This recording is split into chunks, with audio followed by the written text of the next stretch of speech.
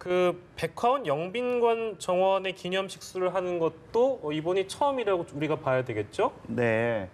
지금까지 두 차례 정상회담에서 김대중 대통령과 노무현 대통령 모두 예. 백화원 영빈관을 숙소로도 사용하고 예. 2000년과 2007년에는 남북 정상회담이 열리는 회담장으로도 사용을 했었는데 예. 2007년 같은 경우에는 노무현 대통령이 이제 다른 곳에서 기념식수를 한 것으로 알고 있거든요. 예. 그래서 백화원 영빈관에 남쪽 정상들이 굉장히 자주 방문하는데도 불구하고 기념식수는 이번이 처음이다. 예. 이런 것으로 보입니다. 글쎄요, 뭐 그동안 지금 그림이 바뀌었군요. 네, 지금 보시는 그림은 만수대 창작사라는 곳을 문 대통령 부부가 방문한 그림입니다. 사실 근데 만수대 창작사는 2007년 노무현 대통령도 방문한 적이 있었지 않았나요? 예, 2007년에 노무현 대통령도 방문했던 곳이고요. 예. 뭐 국제사회 대북 제재 대상으로 지정돼 있기는 그쵸. 하지만 그 만수대 창작사는 북한을 대표하는 그 미술가 집단이기 때문에 예. 이번에 문화예술 교류와 관련해서 예. 공동선언에도 담았고 예. 그런 측면들에서 아마 방문해서 여러 가지 작품이나 미술품들 같은 것들을 예. 둘러보면서 우리 쪽과의 교류 가능성 이런 것들도 타진하지 않았나 싶습니다. 예, 많은 예술품들이 보이는데요. 저희가 지금 오늘 오전에 2차 정상회담을 하고 공동 선언문을 채택을 한 이후에 오후 일정들이 오차내란 이 오후 일정들이 공개가 되지 않았었기 때문에 그 일정들 영상이 지금 들어와서 좀 하나씩 차례로 보여드리고 있는 상황입니다. 가장 먼저 식수 행사를 한 모습 보여드렸고 그리고 그 이후에 만수대 창작사를 방문한 모습 현장으로 함께 보여드리고 있습니다. 네, 풍산개의 그림 그리고 백두산 호랑이의 그림을 감상하는 문재인 대통령의 모습을 잠시나마 볼 수 있었고요. 이곳은 앞서 설명을 드린 대로 만수대 창작사는 2007년에 노무현 전 대통령도 방문하는 곳이고 지금 다시 식수화면이네요. 앞서 보여드렸던 평양 방문을 기념하며 기념비 백화원 영빈관 정원의 기념식수를 한 이후에 남겨놓은 기념비의 메시지를 여러분들께 보여드리고 있습니다. 네. 옥류관에서 오찬을 한 이후에 일정들을 계속 보여드리고 있습니다. 식수 행사 있었고요. 그 이후에 만수대 창작사를 방문했습니다. 앞서 좀 이 영상도 좀 보여드렸는데 그 이후에 이제 대동강 수산물 식당에서 환송 만찬도 있었고 그 환송 만찬 있었을 것이고 뭐 언제 끝났는지 아니면 아직까지 진행 중인지는 좀 전해지는 소식이 없기 때문에 추후에 또 영상이 들어오는 대로 또 보여드리도록 할 예정이고요. 또 빛나는 조국도 관람할 예정입니다. 그 영상도 저희가 직접 보여드리도록 하겠습니다. 네, 만수대 창작사 관람을 동행한 문 대통령 내외의 모습을 저희가 보여드렸고요. 지금 만수대 창작사의 전경을 보여드리고 있습니다. 이 자리에는 장철훈 경남대 교수와 함께 오늘 남북 정상회담 내용을 좀 분석해보는 시간을 가져볼 텐데요. 저희가 뭐 앞서서 화면을 계속해서 보여드렸습니다만 참여하고 있는 인물들의 면면이 아주 밝은 표정으로 비춰지고 있습니다. 일단은 선언에 대한 얘기를 저희가 좀 해보겠습니다. 일단 실질적으로 비핵화에 진전이 있었느냐 이거에 대한 지적이 또 분석이 이어지고 있는데요. 진전이 있었다고 보시는지 그 부분도 좀 듣고 가겠습니다.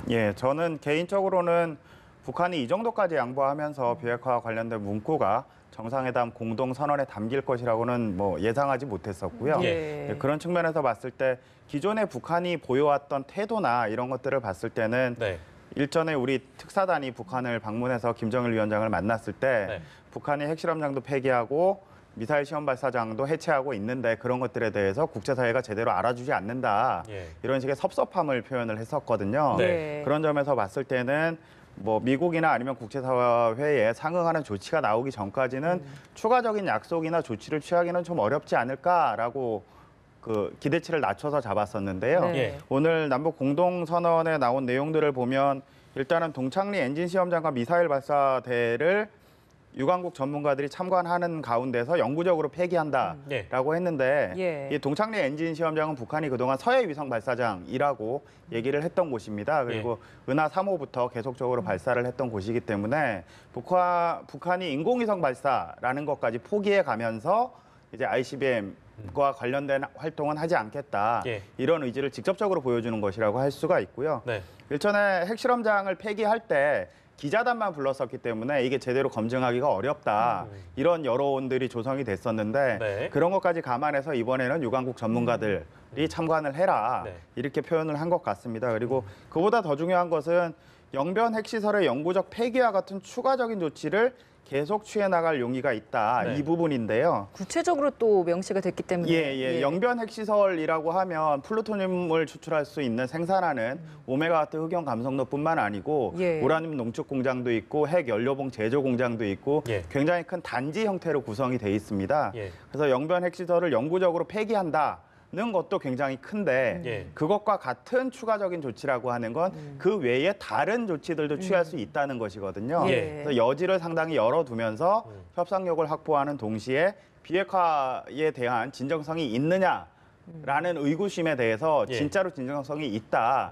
이런 것들을 뭐 합의문에 담으려고 노력을 한 것 같습니다. 네. 영변 핵시설 폐쇄 이야기를 해주셔서 근데 그 문구 앞에 따랐던 조건부가 좀 있었습니다. 미국의 상응하는 조치에 따라라는 게 달려 있거든요. 이 말은 뭐 종전선언을 좀 의미하는 것이다 이렇게 보면 되겠습니까? 구체적으로 딱 집어서 종전선언이라고 얘기하기는 좀 어려울 것 같고요. 네. 또 어떤 뭐, 것들이 좀 있을까요? 예, 물론 지금까지 알려진 바에 따르면 이제 북한은 선 종전선언 후 뭐 핵 신고 리스트 제출 네. 이런 예. 식으로 돼 있었고 미국은 앞뒤 순서를 바꿔서 선 신고 리스트 제출 후 종전선언 뭐 이런 걸로 대립을 했던 것 같은데 예.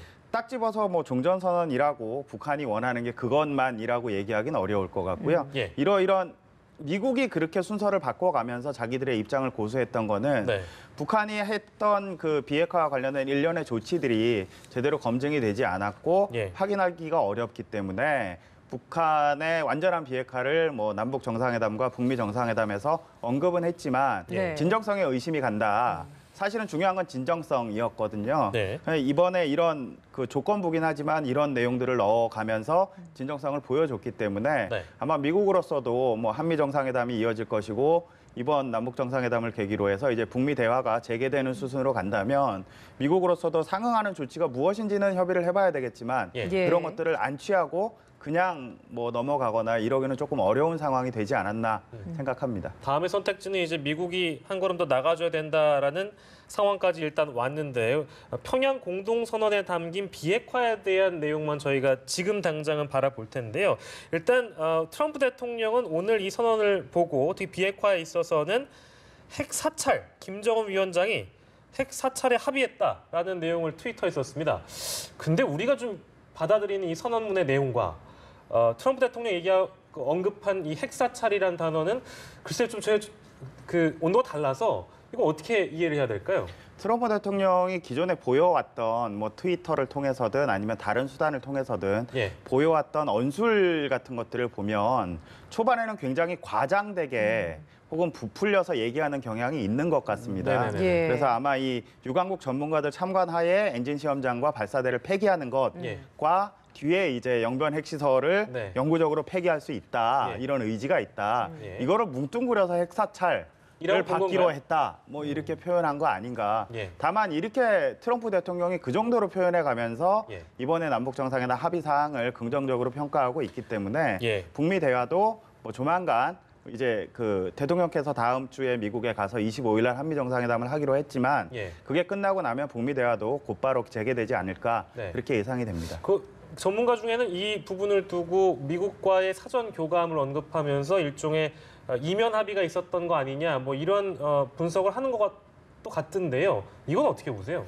이면 합의까지는 우리가 다 알 수는 없는 노릇이고요. 예. 그리고 북미 간에 이렇게 수면 위에 올라와 있는 폼페이오 국무장관의 방북이 4차 방북이 취소가 되면서 예. 수면 위의 모습들은 굉장히 좀 굳어지고 교착 국면인 것처럼 보이지만 예. 사실은 북미 간에 뉴욕 채널도 열려 있고 예. 계속해서 외교적인 실무적인 채널들은 가동이 되고 있다고 보는 게 맞거든요. 예. 그런 측면에서는 뭐 충분히 북미 간의 사전 교감이나 예. 일정한 협의들은 있었을 것 같고요. 예. 그런 상황에서 우리도 역시 마찬가지로 남북 간에 물밑에서 혹은 예. 드러내놓고도 치열하게 뭐 협의할 건 협의도 하고 협상할 건 협상도 해가면서 예. 이번 이런 그 남북 정상회담 합의문을 북한과 미국, 한국과 남한과 북한이 예. 3자가 공동으로 만들면서 공감대를 가져야만 이런 내용이 나올 수가 있거든요. 예. 그래서 뭐 이면 합의까지는 모르겠지만 상당한 네. 공감대 형성은 있는 것 같다. 이렇게 보는 게 좋을 것 같습니다. 저희가 예. 좀 미국의 반응에 대해서 계속 이야기를 하고 있는데 오늘 이 공동 선언문 채택 이후에 이제 윤영찬 소통수석이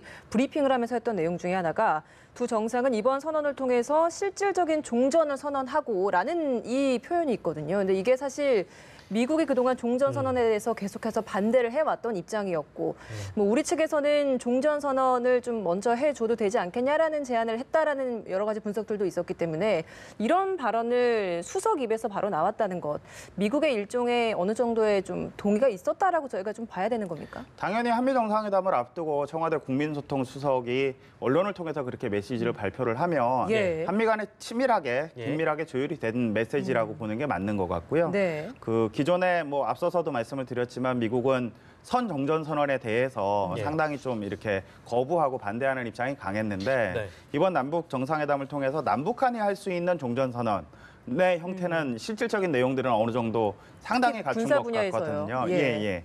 그래서 그런 부분에서 남북한이 할 수 있는 건 했으니 한반도 평화라는 보다 큰 틀을 위해서 필요한 조치들을 예. 북한과 미국이 취할 수 있게 기본적인 것들을 이렇게 만들어줬다, 조성해줬다. 예. 그런 측면에서는 그 국민소통 수석께서 그렇게 말씀하신 게 충분히 어느 정도는 이해할 수 있을 것이라고 생각을 예. 합니다. 네, 좋습니다. 이제 25일에 그러니까 우리 국내 일정으로 이제 추석 연휴 기간에 유엔 총회 그쪽에서 트럼프 대통령과 문재인 대통령이 만난다는 얘기잖아요. 예. 그러면 25일에 이제 만나서 트럼프 대통령도 이와 관련된 메시지를 분명히 내놓을 텐데 상응하는 조치, 뭐 그것은 무엇인지 모르겠습니다만 그때 우리가 기대할 수 있는 트럼프 대통령의 한 걸음, 그건 무엇일까요? 아마도 북한 남북 정상회담 결과물들에 대해서 예. 상당히 긍정적인 평가를 할 것으로 예상이 되고요. 예. 그리고 나서는 미국이 할 수 있는 행동들 중에 사실 종전선언 같은 경우에도 뭐 당장 내일 만나서 예. 뭐 문재인 대통령과 김정은 위원장과 트럼프 대통령 3자가 만나서 예. 그 다음 날이라도 할 수는 있겠지만 그렇게 하기 위해서는 다들 움직여야 하고 일정들을 조정해야 하고 그런 것들이 있기 때문에 종전선언을 할 의지가 있다라는 그런 용의 표명 정도만 해도 상당히 급물살을 탈 수 있을 것 같고요. 예. 그리고 종전선언을 우리 정부 쪽에서는 정치적인 선언이다, 정치적인 의지가 담기면 된다라는 식으로 설명을 많이 했었는데 예. 사실은 종전선언은 평화협정이나 평화체제로 가기 위한 징검다리 중에 하나거든요. 네. 그런 측면에서 봤을 때는 한반도의 정전체제를 끝내고 한국 전쟁, 6.25 전쟁은 완전히 끝났음을 선언한다 외에 예. 이제 한 가지 더 추가로 들어가야 될 사항이 예.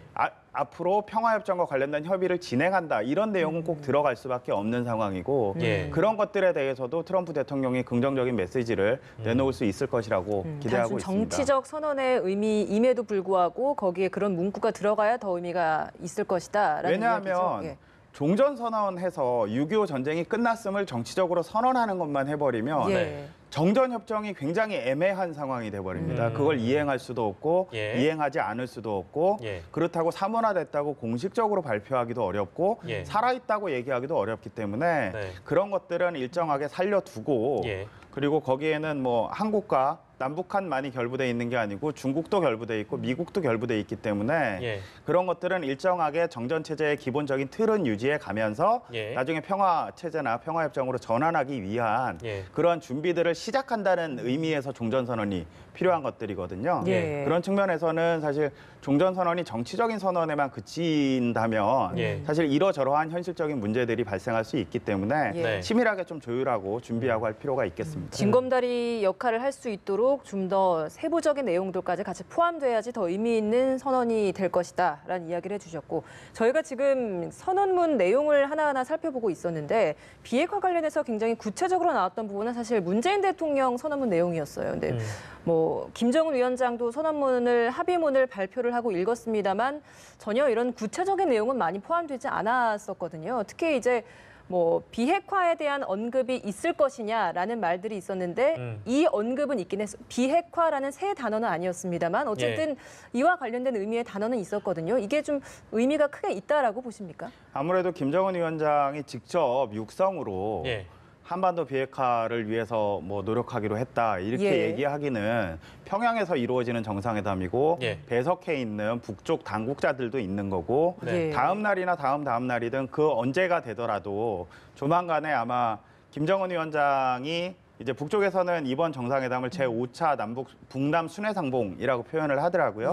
그런 것들에 대한 기록 영화 같은 것들을 제작을 할 텐데 그런 상황에서 조선반도의 비핵화라고 김정은 위원장이 직접 육성으로 내뱉어 버리면 상당히 국내적으로도 부담이 될 수가 있을 것입니다. 그래서 아마 이 비핵화 관련해서 명시적으로 이 합의문에 담기도 조금 어려웠을 것 같고요. 그런 부분에서 비핵화를 충분히 연상할 수 있는 한반도의 핵무기와 핵위협이 없는 평화 이런 것들을 구체적으로 언급하지 않았나 싶습니다. 오늘 문재인 대통령이 선언을 발표할 때 가장 또 핵심적인 내용으로 비춰졌던 것이 뭐 특별한 사정이 없으면 올해 안에 이제 김정은 위원장이 서울에 올 것이다, 한국에 올 것이다라는 얘기였는데. 시기가 확실히 올해 뭐 특별한 사정이라고 언급까지 이제 대통령께서 하셨으니까요. 올해 안에 가능하다면 언제 오게 될지도 궁금하고요. 만약에 오게 된다면 그 자리에서 또 혹시나 한국에서 종전 선언이라는 게 가능할지도 궁금하고요. 그 여부가 궁금합니다. 어떻게 보시는지요? 아마 오늘 그 윤영찬 국민소통 수석이 사실상의 종전을 선언한 상태다, 이룩했다, 뭐 이렇게 발표를 했기 때문에. 앞서서도 말씀을 드렸지만 더 이상의 남북한 사이의 종전선언 같은 것들은 필요하지는 않고요. 그것 때문에 김정은 위원장이 서울을 방문해서 문재인 대통령과 진짜로 종전입니다 이렇게 선언하기는 조금 어려울 것 같고 의미가 없을 것 같고요. 다만 이제 그 김정은 위원장이 서울을 방문했을 때 트럼프 대통령이 서울에 있는 시기라면 아마 뭐 그런 정치적인 이벤트로서의 그런 것도 가능은 할 것 같습니다. 하지만 이제 한국 같은 경우에는 아직 남아있는 게 한미 정상회담도 남아있고 이번 남북 정상회담이 문재인 대통령께서도 그 비핵화를 위한 북미 대화 중재 촉진, 그러니까 북미 대화를 재개하기 위한 수단 중에 하나라는 역할도 부여하셨었거든요. 그런 측면에서 봤을 때는 한미 정상 이후에 이어질 북미 간의 대화, 협상 같은 것들이 어떻게 진행되느냐에 따라서 김정은 위원장이 올해 안에 올 수도 있고 오지 않을 수도 있고 뭐 그렇게 될 것 같습니다. 다만 문재인 대통령께서 특별한 사정이 없다면 올해 안에 이렇게 말씀을 하신 거는 올해 안에 답방을 해서 남북 정상회담의 정례화나 제도화나 이런 부분에 있어서 기틀을 좀 탄탄하게 마련했으면 좋겠다.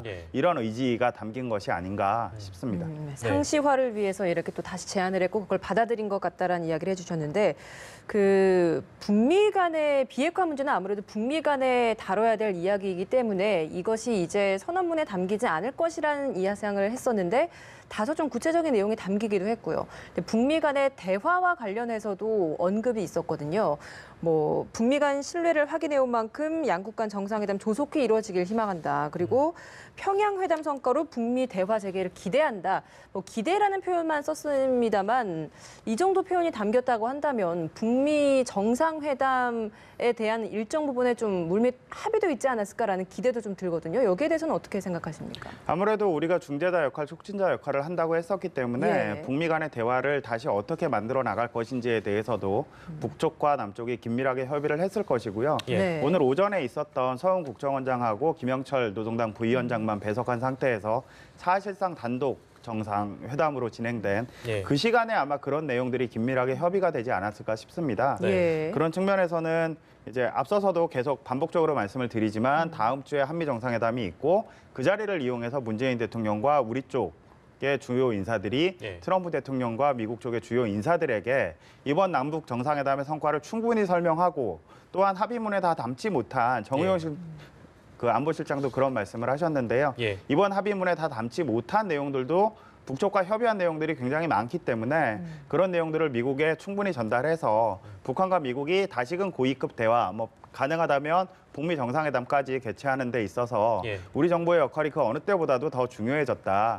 이렇게 평가를 하는 게 좋을 것 같습니다. 저희가 이제 처음에 남북 정상회담 하기에 앞서서 정상회담 하고 나서 비핵화 관련된 이야기는 사실 저희가 추측을 해볼 수밖에 없을 것이다. 그리고 그 추측했을 때 좀 성공적인 성과라고 했을 때는 폼페이오 장관의 방북이 재추진될 수 있느냐 이 부분이라고 생각했는데 폼페이오 장관 방북은 다시 추진될 수 있을 거라고 보십니까? 저도 말씀하셨던 것처럼 비핵화와 관련해서 이 정도의 구체적인 문구가 담길 것이라고는 예상하지 못했습니다. 네. 그런 측면에서 봤을 때는 북한이 굉장히 크게 양보한 것이라고 생각이 되고요. 네. 다만 이 정도를 합의문에 담고 이거보다 더 구체적인 내용을 남북한의 정상이 긴밀히 협의를 했다면 충분히 북쪽에서는 이제 북미 간의 대화를 재개할 만한 의지가 있는 것들이고요. 그런 측면에서 우리가 잘 전달을 한다면 북미 간 대화를 재개하고 하는데 촉진자 역할을 충분히 할 수 있을 것입니다. 다만 이제 지금 이번에 남북 정상회담이 개최되기 전까지의 상황이 폼페이오 국무장관이 4차 방북을 하려다가 안 된 상황에서 서로 간의 입장 대립 때문에 교착 국면이 이어지던 상황이었잖아요. 그리고 그런 것들을 타개하기 위해서 우리 대북 특사단이 방북해서 정상회담 일정을 잡은 거고 그거에 따라서 정상회담이 이루어지고 그렇게 치면은 그런 과정들을 보면 4.27 남북 정상회담과 6.12 북미 정상회담을 통해서 이제 실무자들이 협의할 수 있는 큰 틀이 마련이 됐고 그런 가운데서 실무자들이 협의를 하는데 그게 잘 안 되니까 다시 한번 위에서 내려오는 탑다운 방식으로 진행이 될 것으로 예상이 됩니다.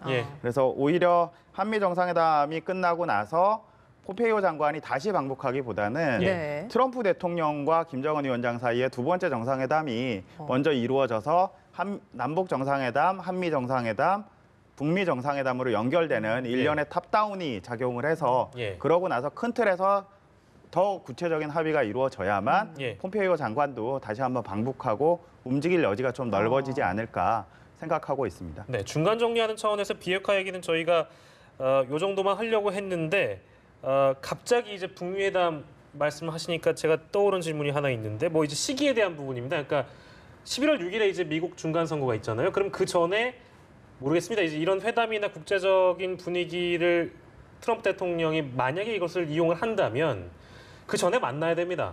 북미 정상회담은요. 그럼 김정은 위원장과 트럼프 대통령이 만나려면 특별한 이벤트가 그 사이에 있겠는가? 그런 의문이 좀 드는데 유엔 총회는 사실상 이미 물 건너간 상황인 것 같고요. 그렇다면 언제 어떻게 만나게 될까요? 서로 그냥 조율해서 적당한 시기를 잡아서 만나게 되는 방법밖에 없을까요? 어떨까요? 아무래도 6.12 북미 정상회담 같은 경우에도 우리 쪽에서 중재를 하기는 했지만 실제로 이제 만나야 되는 양쪽이 북한과 미국이기 때문에 서로 간의 물밑 접촉이나 드러내놓고 접촉하는 부분들도 있었고요.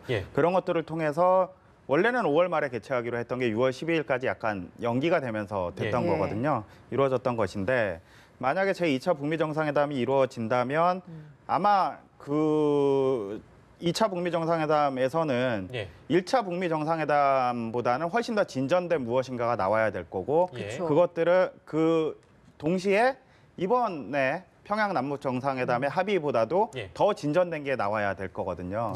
그러면 상당히 진전된 게 나와야 될 것이고 그런 측면에서 봤을 때는 북한이 당장 할 수 있는 무언가 어떠한 특별한 조치들이 있을 것이고 그런 것들이 이루어지고 나서 북미 정상회담이 이루어진다면 트럼프 대통령으로서는 중간선거 이전에 하는 것이 선거에서 공화당이 이기게 하는데 결정적인 기여를 하는 게 되기 때문에 아마 뭐 하게 된다면 11월 6일 날 중간선거 이전에 하려고 하지 않을까? 뭐 이게 미국 쪽의 계산이지 않을까 싶습니다. 다만 이제 북한이 그런 미국 쪽의 계산에 따라서 북한이 적절하게 호응을 해주느냐 아니면 그런 것들을 역이용하면서 트럼프 대통령이나 미국 정부를 좀 곤혹스럽게 하느냐 그런 문제는 있을 수 있는데요.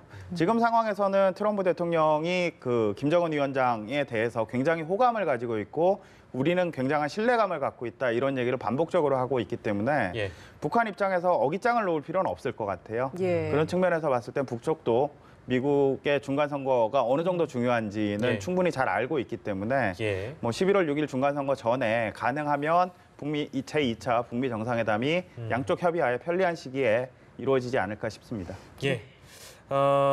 그렇습니다. 뭐 한간에 설로만 떠돌던 대통령의 백두산 방문이 현실로 이루어지는 상황이니까 지금 상황에서 또 어떤 드라마틱한 일정과 스케줄이 잡혀서 두 번째 북미 정상회담이 이루어질지도 모르는 상황이고요. 저희가 아무튼 상황을 좀 지켜보도록 하겠습니다. 저희가 다른 얘기를 좀 나눠볼까 하는데요. 마지막 만찬입니다. 마지막 만찬이 평양 대동강 수산물 식당? 여기가 어떤 장소로 알려지고 있습니까?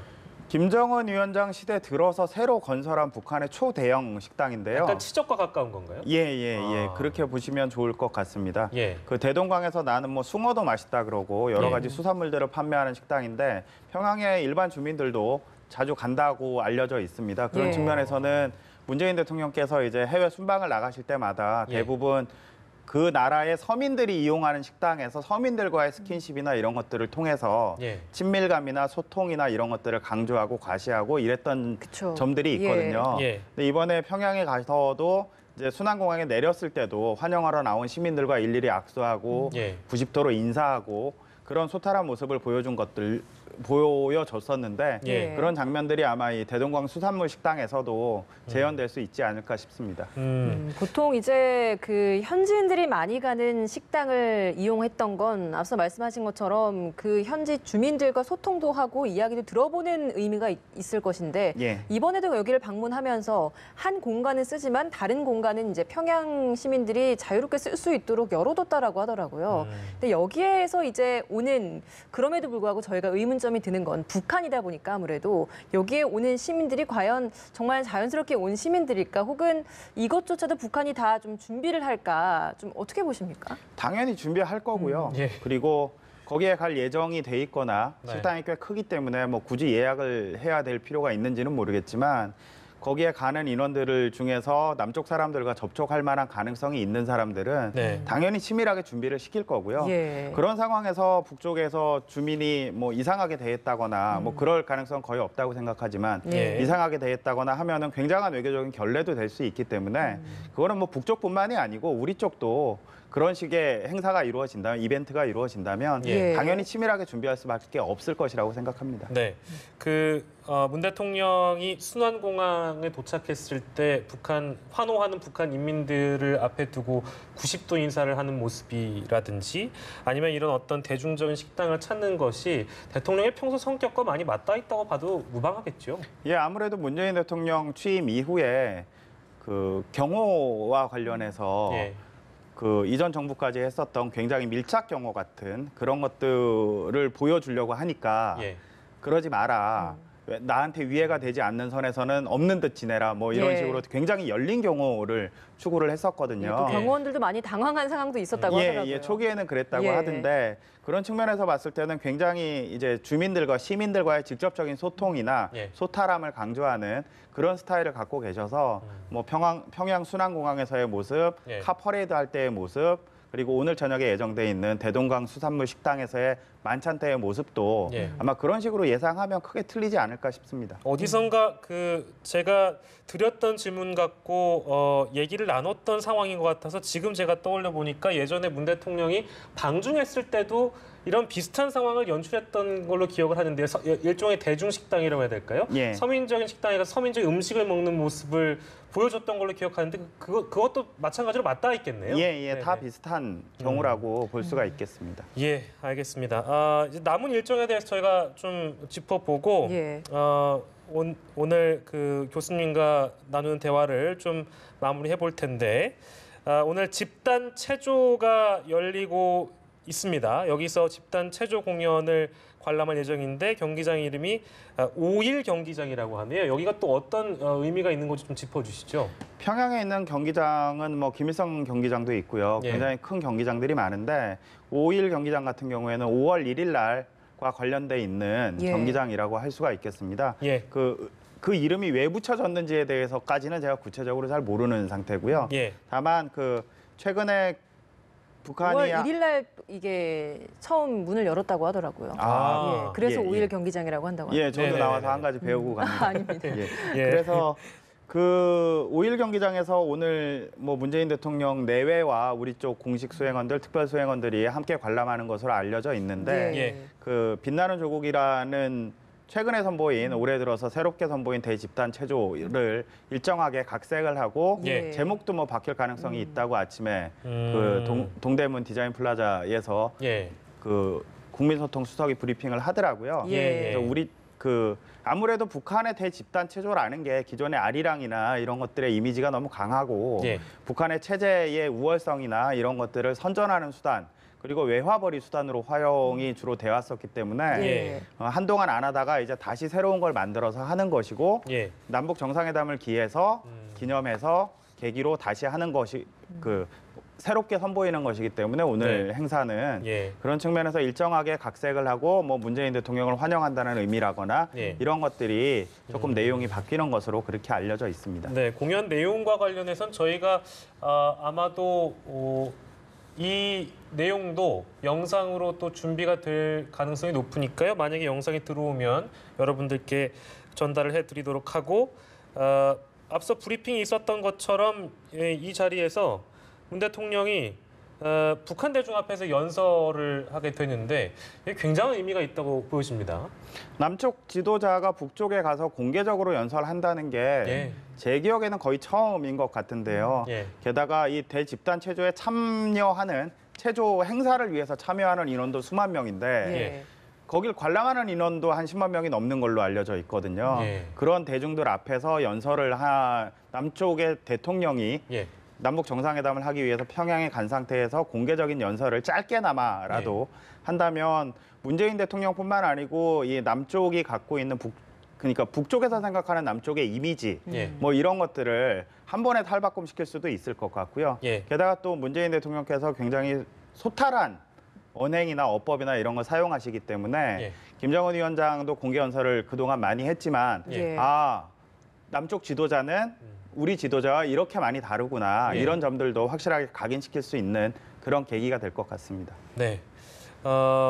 물론 당연한 질문일 수도 있겠는데요. 오늘 평양 선언도 있었기 때문에 이거의 연장선상의 얘기가 아마도 나오지 않을까 싶은데 이 공개 연설에서는 문 대통령이 북한 대중에게 어떤 메시지를 전달할 걸로 혹시 전망하시는지요? 뭐 메시지가 그렇게 길지 않다고 하니까요. 예. 뭐 아마 인사 정도는 할 것 같고 예. 환대해줘서 고맙다. 그리고 어제와 오늘에 걸쳐서 김정은 위원장과 네.